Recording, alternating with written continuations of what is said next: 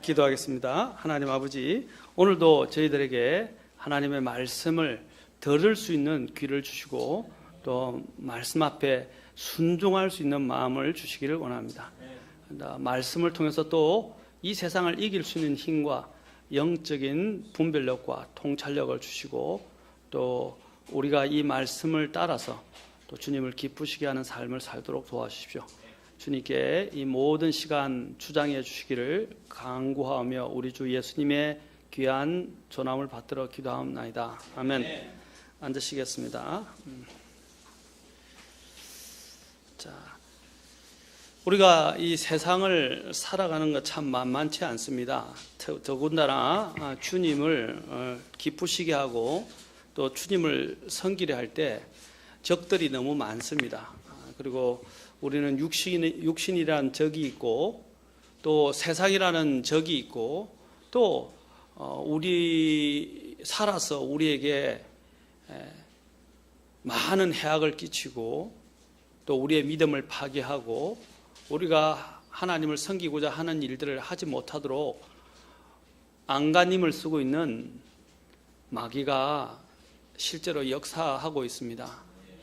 자, 우리가 이것은 알아셔야 돼요. 우리가 오늘 제가 바른 동기에 대해서 설교하지만 바른 동기를 갖고 있다고 해서 내가 순수한 마음을 갖고 있다고 해서 내가 또한 하나님 앞에 바른 마음과 그렇죠? 거룩한 마음을 가지고 이 일을 하고 있다고 해서 마귀가 가만히 있는 거 아니거든요. 내가 더 주님을 바르게 섬기려 할수록 마귀 또한 그만큼 더 격렬하게 방해를 하고 우리가 주님의 일들을 하지 못하도록 막아서는 일들을 계속해서 하고 있다는 것을 명심해야 됩니다. 그럼에도 불구하고 이런 상황에 따라서 우리의 마음이 낙심하지 않고 믿음을 지켜야 되고 바른 동기를 항상 유지해야 합니다. 오늘은 제가 그릇된 동기와 관련해서 하고 있는데 어떤 마음의 동기 중에서 그릇된 동기에 대한 시험에 대해서 그러니까 테스트에 대해서 말씀드리고 싶습니다. 그릇된 동기를 어떻게 테스트하는가? 그릇된 동기에 대한 테스트. 자, 어떤 식으로 테스트를 해서 내 안에 있는 동기가 그릇되었는가를 알 수 있을까? 이런 질문들을 우리가 해볼 필요가 있습니다. 아까도 얘기했죠. 바른 동기를 갖고 있다고 해서 모든 것이 순탄하고 잘 되어지는 건 아니지만 일의 결과나 일의 성사 여부 또 일이 성취되는 여부에 관계없이 나는 일관성 있게 이런 마음을 유지해야 되고 이런 마음을 가질 수 있도록 내 마음이 잘못되어졌는지 안 한지를 이렇게 테스트하는 것은 필요합니다. 그래서 늘 우리 마음이 하나님 앞에 연락될 수 있도록 하나님께서 기쁘게 받아들일 수 있도록 마음이 항상 준비되어 있어야 돼요. 참 이 마음을 지키기는 쉬운 일이 아닙니다. 오만 일들이 생기고 오만 가지 생각들이 들어오고 또 수많은 사탄의 이런 방해들 속에서 마음을 잘 지키고 또한 이것을 믿음 안에서 행하는 것은 참 쉬운 일이 아니에요. 우리가 교리도 알고요. 그렇죠? 또 수많은 하나님의 그런 신비한 또 놀라운 것들을 많이 안다 할지라도요. 신앙생활은 실제적입니다. 실제적인 거란 말입니다. 그런데 이 실제적인 신앙생활을 하기가 참 쉽지 않아요. 아는 것을 가지고 우리가 믿음을 판단할 수 없어요.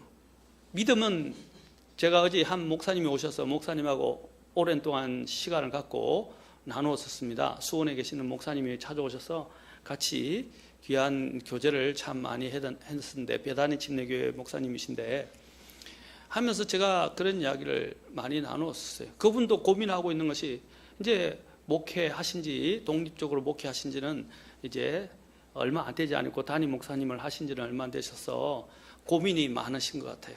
그런데 그분이 하는 게 교리를 갖고 있지만은 이 실제로 목양을 해보니까 교리만 갖고 되는 게 아니라 이 진짜 실제적인 것이죠. 그래서 실제적인 문제들이 닥쳐오니까 이것에 대한 지혜도 부족하고 경험도 부족하고 또 여러 가지 부족하니까 좀 많은 부분들을 서로 나누고 또 조언도 듣고 또 도움도 받고자 해서 왔는데 제가 뭐 사실 저도 부족해서 도움을 줄 수 있을지는 모르지만 뭐 제가 최선을 다해서 또 같이 교제하면서 오랜 장시간 동안 나누었습니다.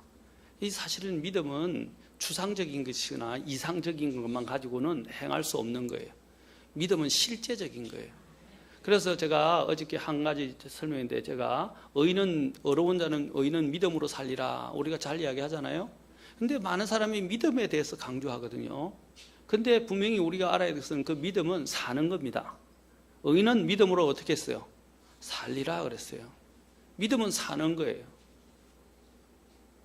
근데 우리가 실제로는 믿음 이야기하고 진리 이야기하지만 사실 사는 삶의 문제는 쉬운 것이 아니고 상당히 어려운 문제죠. 우리가 그것을 산다면요, 정말로 그 사람의 믿음이 있다라고 이야기할 수 있어요. 근데 아무리 믿음을 외치고 진리를 외쳐도 살지 않는다면 아무 소용이 없다는 것을 어제 또 나누면서도 저도 다시 한번 돌아보게 됐고 또 제가 그런 말을 하면서도 또 저 자신을 그렇게 과연 하고 있는가 하는 것에 대해서도 또 더 깊이 있게 생각해 본 시간이 되었습니다. 오늘 여러분들도 말씀을 계속해서 듣지만 아무리 말씀을 들으면 뭐합니까?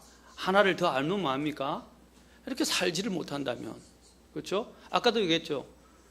우리가 그냥 신앙생활을 하는 게 아니라 마귀도 방해하고 있고 우리를 어떻게 하면 우리의 마음을 낙심시켜서 믿음을 파괴해서 하지 못하도록 계속적으로 공격을 한단 말입니다.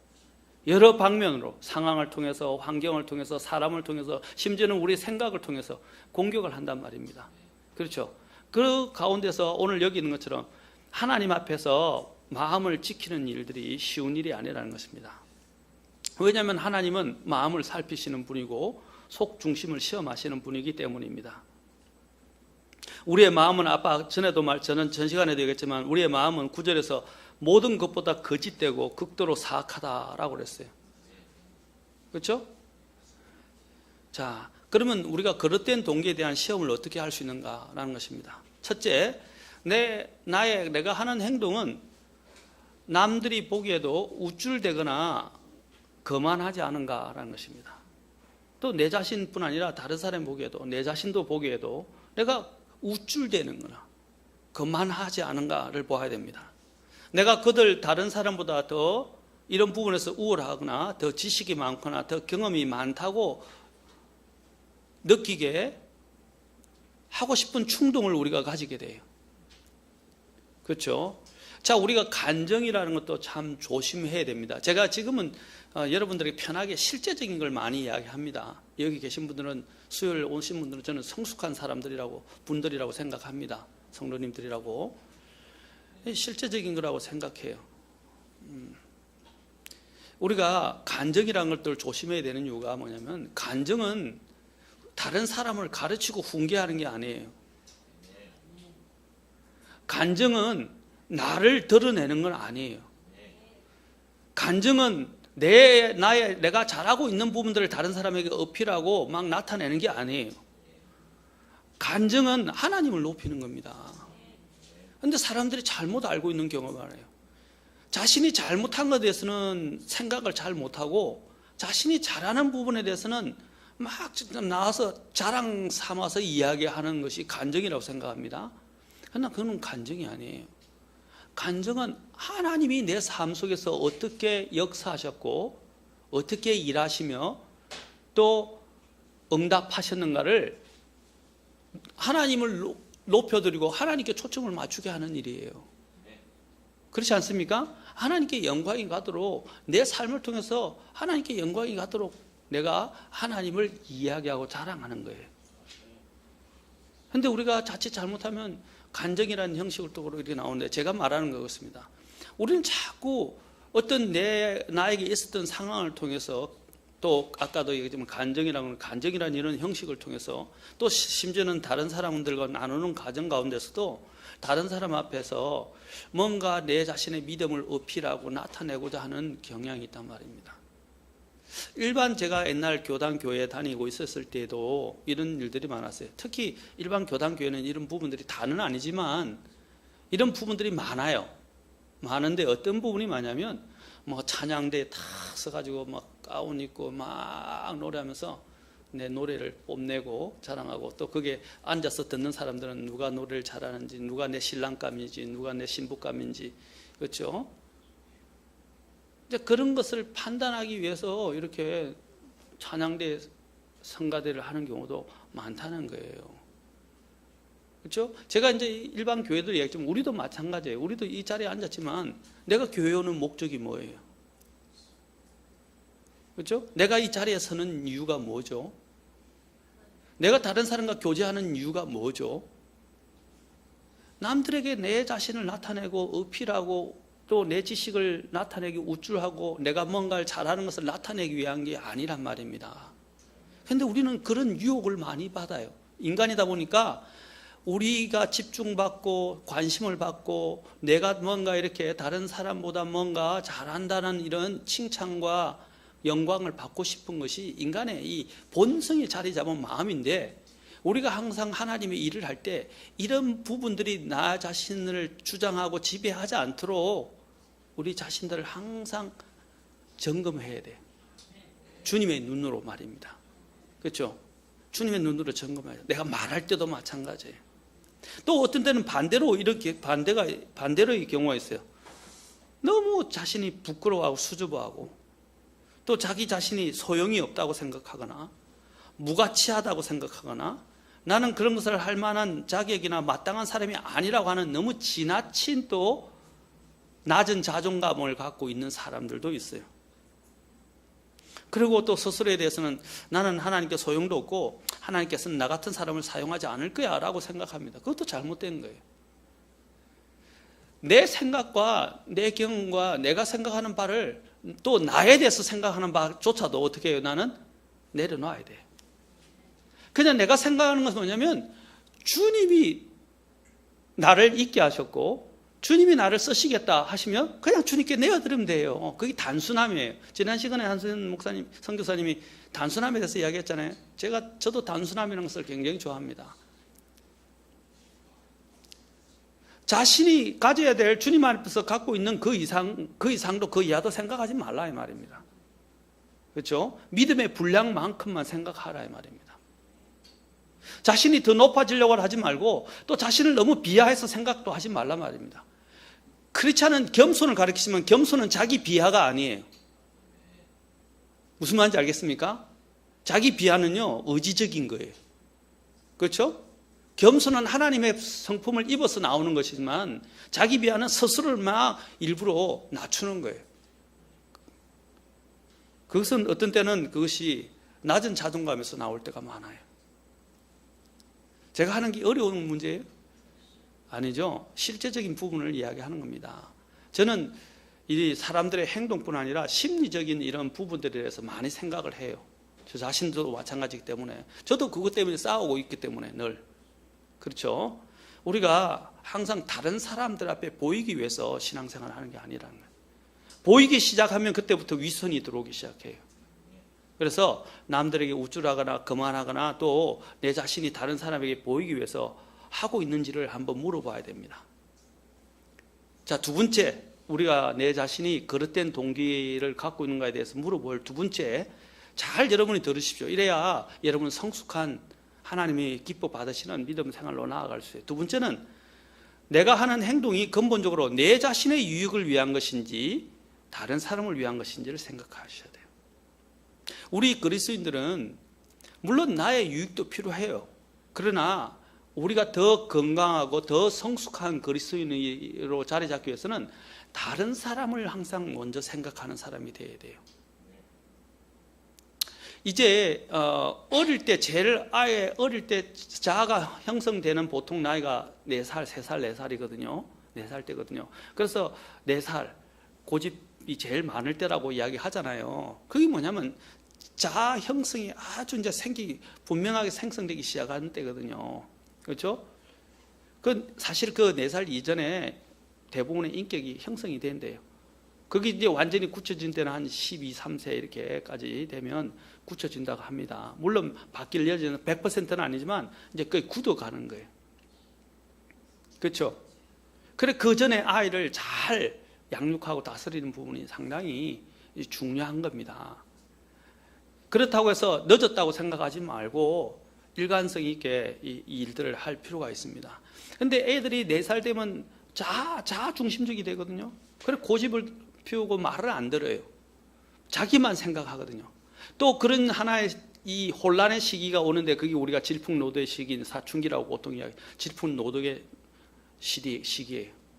왜냐하면 정체성이 형성이 안 되니까 자꾸 자기와 세상과 이런 모든 것들과 비교해서 자기 자아를 이제 딱 세워가는 어른이 되는 과정인데 혼란기를 심리적인 정서적인 혼란기를 겪게 되는 거죠. 그러니까 자기 내적으로 혼란스러우니까 모든 게 힘든 거예요. 모든 게 조화롭지 못하는 거예요. 그렇잖아요. 혼란기를 겪고 있으니까 그걸 우리는 이해해 줄 필요는 있어요. 이해해 준다는 것이 그렇죠? 잘못된 것까지 용납하라는 말은 아니에요. 그렇죠? 이해를 해주면서 잘못을 바로잡으면 좋은데 이제 우리는 이해를 하지 않고 무조건 바로잡으려니까 문제란 말입니다. 사람을 대할 때도 마찬가지예요. 우리의 의도가 그 사람의 잘못을 바로잡는 게 목적이에요. 그 사람을 바로잡아서 바르게 세우는 게 목적이에요. 바르게 세우는 거잖아요. 근데 자꾸 지적하려고 그러면 안 돼요. 우리의 목적은 바른 동기로 그 사람을 정말 진정으로 세워주려고 하는 것이 목적이 되어야 됩니다. 그렇죠? 그런데 이 질풍노도 시기는 내 자신의 정체성이 형성돼 그걸 형성하려고 하던 몸부림이 너무 지나치다 보니까 부모와의 관계, 다른 사람과의 관계, 세상과의 관계가 잘 안 되는 거예요. 그렇죠? 안 되는 거예요. 힘든 거예요. 힘이 들어요. 왜냐하면 에너지를 그게 소진하고 있기 때문에 힘이 들 수밖에 없어요. 이해해 줘야 되죠. 자, 그런 때는 참 어려워요. 다른 사람을 배려하는 것이 어려워요. 자기 자신만 생각하게 되거든요. 그것도 사실 이 우리가 죄인으로 태어났던 그 본성, 죄성 때문에 사실 일어나는 문제죠.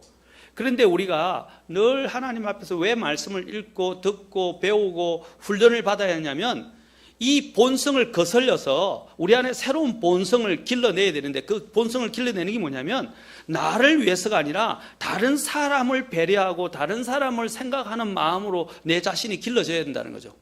그게 영적인 훈련이에요. 실제적인. 그런데 우리 오늘 자녀들 보면 자녀가 너무 중심이 되다 보니까 모든 것이 자녀를 향해 있어요. 그러니까 자녀들에게 오냐 해주고 자녀의 모든 것들을 맞춰주다 보니까 자녀들이 나중에 커서도 자기 중심적으로만 크다 보니까 다른 사람을 배려하고 생각할 줄을 몰라요. 오늘날 그런 것들이 베이비붐 시대에 부모님들이 막 뼈빠지게 일해서 키웠는데 자녀 교육들이 안 해니까 그 베이비붐 시대 저 같은 경우도 저도 마찬가지예요. 베이비붐 시대에 태어났던 이런 지금은 이제 중년들이 됐죠.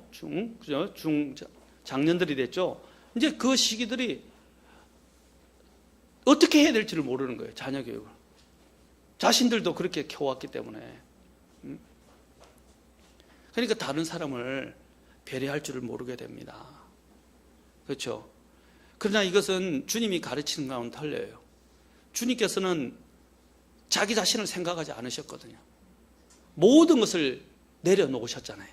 누구를 위해서? 우리를 위해서가 아니라 우리를 사랑하셨기 때문에 자기 자신을 위해서가 아니라 그렇죠? 우리를 위해서 내려놓으셨어요. 심지어는 우리가 잘 알죠. 하늘의 영광까지 내려놓으셨어요. 가장 높은 자리까지 내려놓으시고 영광을 내려놓으시고 가장 부유하신 분이었지만 가장 가난하신 분이 되셨다는 것입니다. 우리가 이걸 알아요. 다른 사람을 항상 배려하는 마음.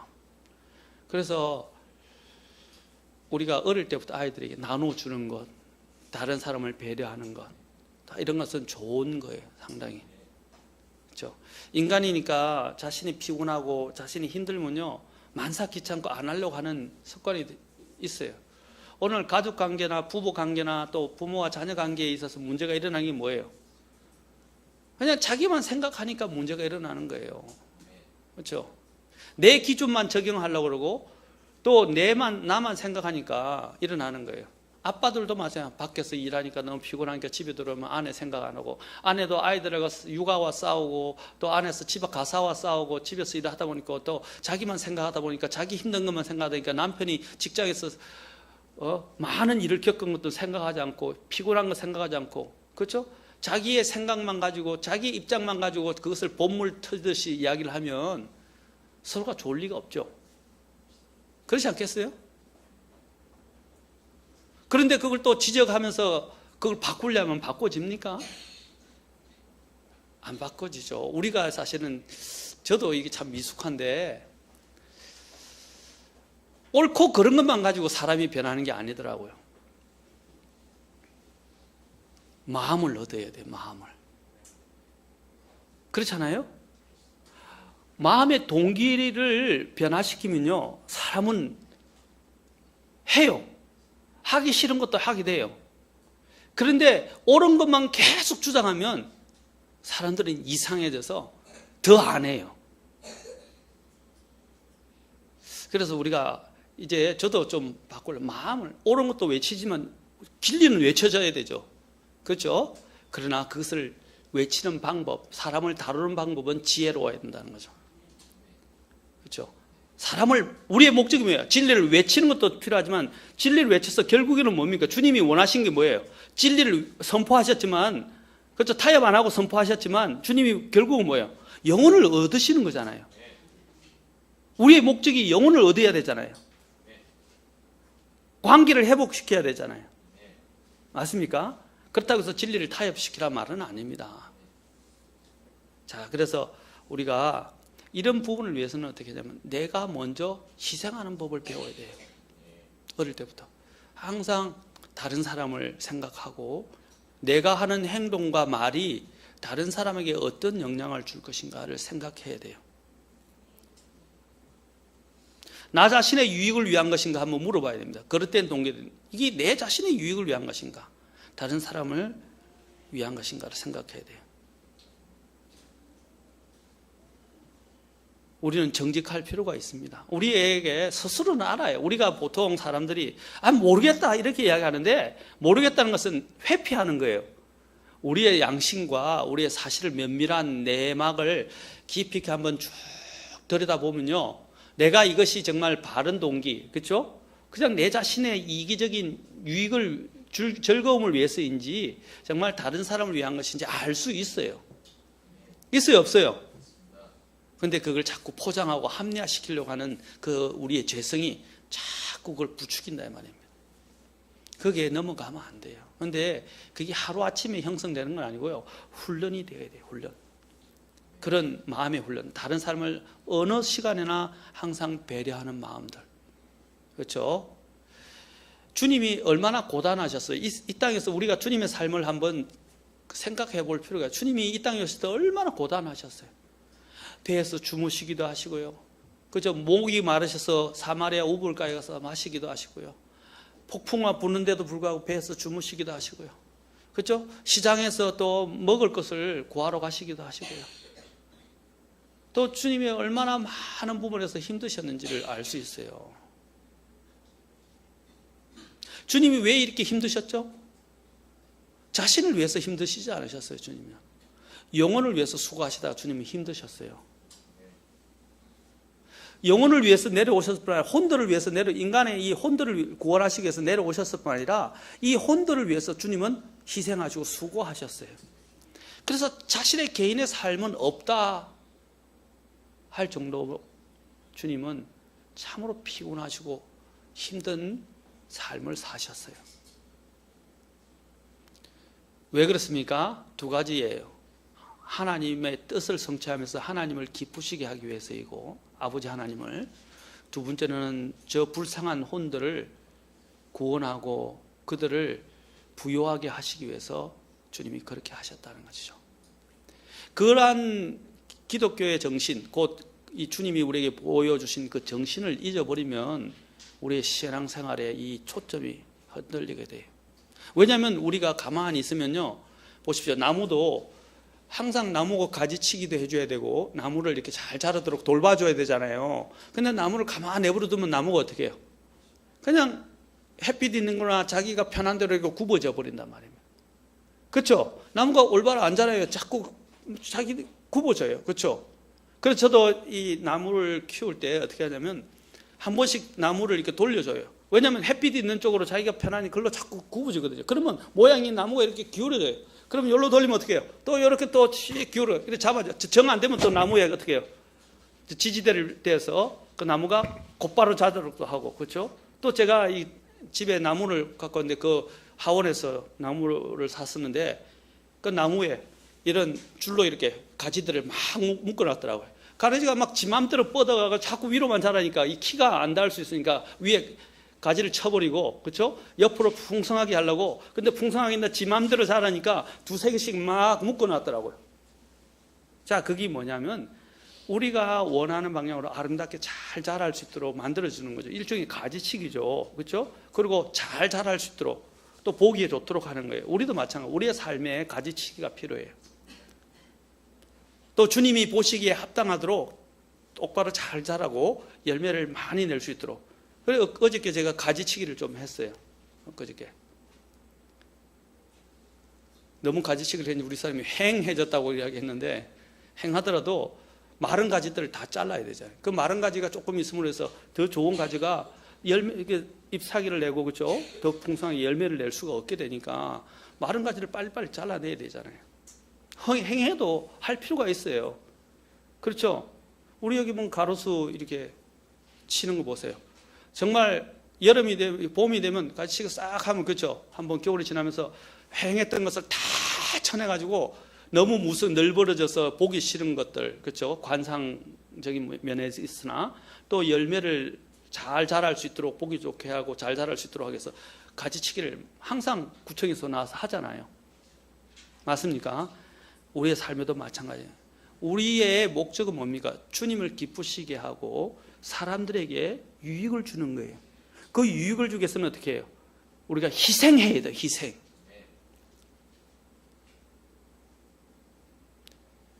근데 참 이 희생이라는 단어가 오늘 사라진 지 오래인 것 같아요.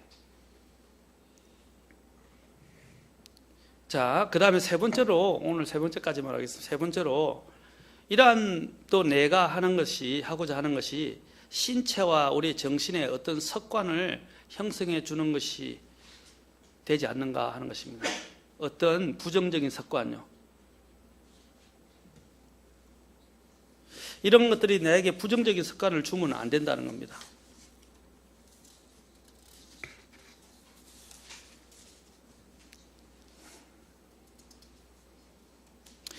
자, 우리가 이 나의 행동은 근본적으로 내 자신의 유익을 위한 것인가에 대해서 다른 것도 한번 구절을 먼저 한번 생각해 보고 넘어가도록 합시다.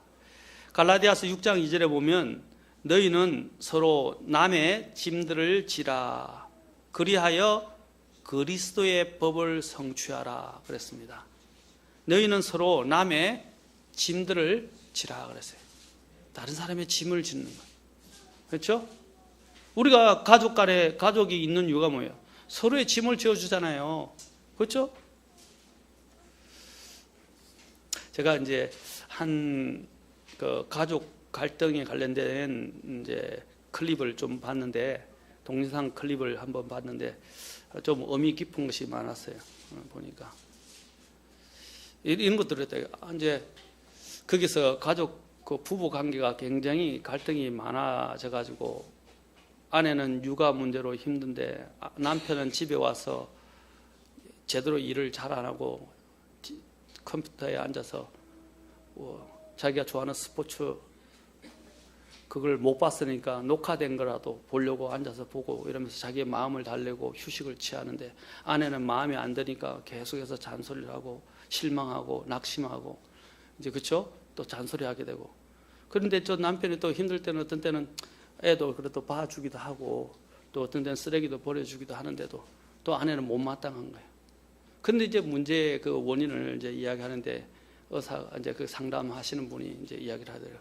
아내가 남편이 그 정도라도 해주면 일단 감사부터 하고 칭찬을 해줘야 되는데 계속 어느 정도까지 그러더라고요. 그 상담사가 어느 정도까지 해야 당신이 만족할 수 있습니까? 그러니까 아마 생각하니까 기준이 없어요. 어느 정도라 만족한다는 할 수 있다는 그런 내용이 없어요. 그 생각이 무한정인 거예요. 그렇죠? 우리가 다른 사람의 짐을 안 지게 되면, 그렇죠? 모르지만 다른 사람의 짐을 지게 되면 어느 정도다 짐을 지면 감사할 줄 알아야 돼요. 그렇죠? 나에게 우리가 이렇게 존재하면서 내 자신의 편의만 생각하면 갈등이 자꾸 일어나요. 우리가 다른 사람을 배려할 줄 아는, 비록 내가 좀 힘들지만 다른 사람을 위해서 일어나서 내가 그를 위해서, 왜 그렇게 하는 겁니까? 왜 부부가 결혼을 했죠? 서로 사랑하기 때문이잖아요. 그런데 요구만 하고 자기는 희생을 안 해요? 그리고 또 요구뿐 아니라 자기도 완전하지 못하면서 부족한 점 많으면서 왜 다른 사람 상대방을 자꾸 지적질하죠? 그게 뭐냐면 이기적인 부분에서 나오는 거잖아요. 그렇죠? 그러니까 항상 우리가 나도 부족하다는 걸 생각해야 되고, 다른 사람이 원래 그럴 수 없는데 자기를 위해서 노력하고 자기도 힘든데 자기를 벗어버려서 조금이라도 희생하고 노력해주면 어떻게 해야 돼요? 감사해야 돼요. 그렇지 않아요? 근데 감사할 줄은 몰라요. 당연한 거라 생각해요. 그러면 아예 안 해줘 버려야 돼요. 제가 이제 농담이고요.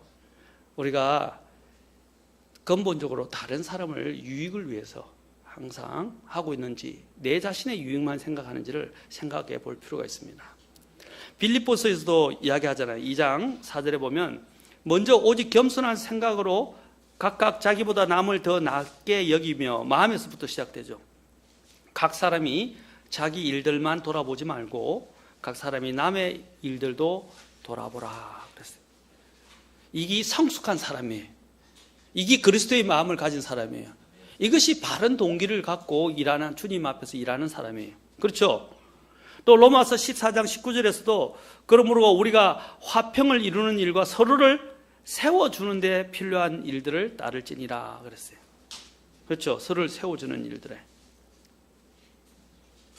또 로마서 15장 2절에도 보면 우리 각 사람은 자기 이웃을 기쁘게 하여 그의 유익을 구하고 그를 세워주어야 할지니라 그랬어요. 누구를 기쁘게 하라 그랬어요? 자기 이웃을. 가까운 이웃이 내 남편, 내 아내일 수 있어요. 내 자녀일 수 있고 내 부모일 수 있어요. 맞아요? 그리고 교회에 있는 우리 지체들일 수 있어요. 제가 저희 교회에서 안타까운 일들이 뭐냐면, 좀 그런 부분은 정말 다 그런 건 아닌데 희생하고 고생하시는 분들 많아요. 일을 너무 많이 하시는 분도 계세요. 그런데 목사님이 이야기해서 다 같이 함께 움직입시다. 예를 들자면 청소합시다. 이러면 청소를 다 같이 하면 5분이면 끝날 건데 같이 안 하니까 20분, 30분 걸리는 거예요. 전에 어제 한번, 이제 어제 보통 한 목사님이나 저나 집사님이 어제를 토요일 날 와서 배치를 할 때가 많아요.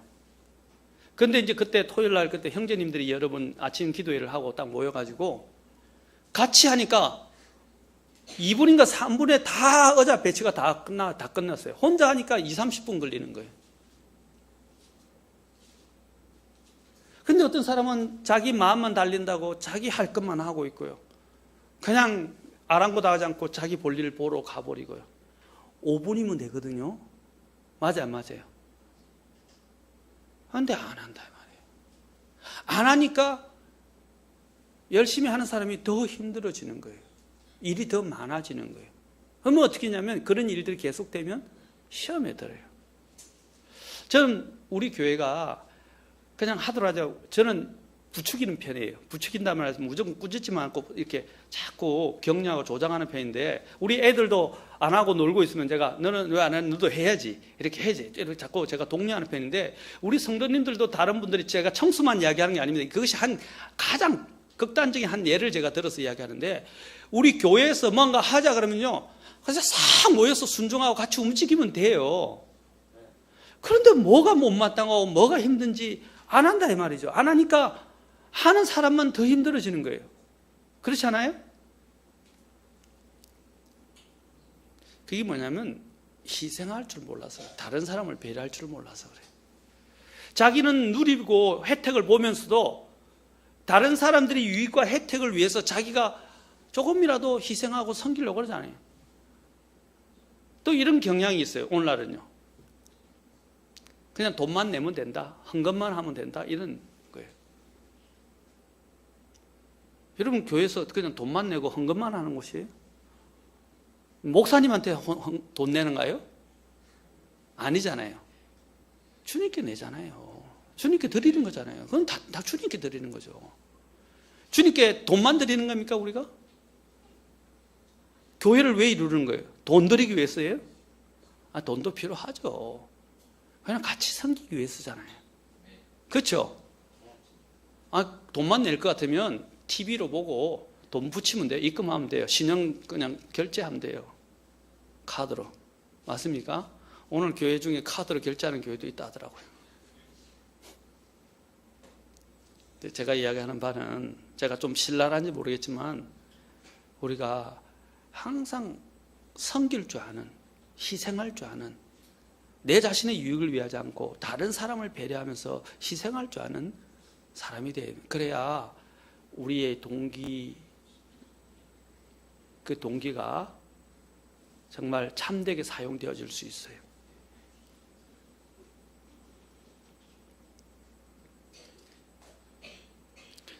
또 고린도전서 10장 23절에 보면, 모든 것이 나를 위해 적법하나 모든 것이 적절하지는 아니하며 모든 것이 나를 위해 적법하나 모든 것이 세워주지는 아니하나니. 내가 합당하다, 그럴 권리가 있다는 것 때문에 어떻게 해요? 다른 사람을 세워주지 못하면 안 된다는 거예요. 우리 그리스도인들 어떻게 해요? 내가 이렇게 하는 것이 마땅하고 합법적이지만은, 그러나 이것에 손해를 좀 감수하더라도 다른 사람을 세워주는 일에 우리가 더 관심을 가져야 된다는 거예요. 고린도 교회에 이런 이야기가 많이 나오는데 왜 고린도 교회에 이런 이야기가 많이 나올까요? 고린도 교회는 이기적인 교회였거든요. 아멘? 우리가 다른 사람을 세워주는 일에 관심을 가졌으면 좋겠습니다. 나만을 생각하는 것, 그것이 이기심이에요. 다른 사람을 위한 사랑의 수고나 희생보다는 나는 지금 피곤하니까, 나는 지금 힘드니까 쉬고 싶다, 날 좀 내버려둬요, 이렇게 하는 것들을 쉬게 해주는 것도 필요해요. 그러나 그것들이 계속 그것만을 주장하면 안 돼요. 우리 육체는 그래요. 자꾸 자자, 그죠? 쉬자, 편하자, 놀자, 이게 우리 육체가 요구하는 거예요. 그렇죠? 그럼에도 불구하고 움직이셔야 돼요. 그렇죠? 자, 다음 시간에 계속해서 좀 더 세 가지를 더 이제 우리가 어떻게 네 가지를 더 보도록 하겠습니다. 네 가지로 어떻게 내 거릇된 동기를 평가하는가. 자, 오늘 세 가지가 뭐였죠? 첫째, 내가 남들이 보기에 우쭐대거나 거만하지 않는가. 또 반대로는 내 낮은 자존감을 가지고 하지 않는가. 두 번째로는 근본적으로 내 자신의 유익을 위한 것인가 하는 것입니다. 자, 오늘 이 두 가지를 보았는데 다음 시간에 계속해서 살펴보도록 하겠습니다. 기도하겠습니다. 다 같이 일어서시겠습니다.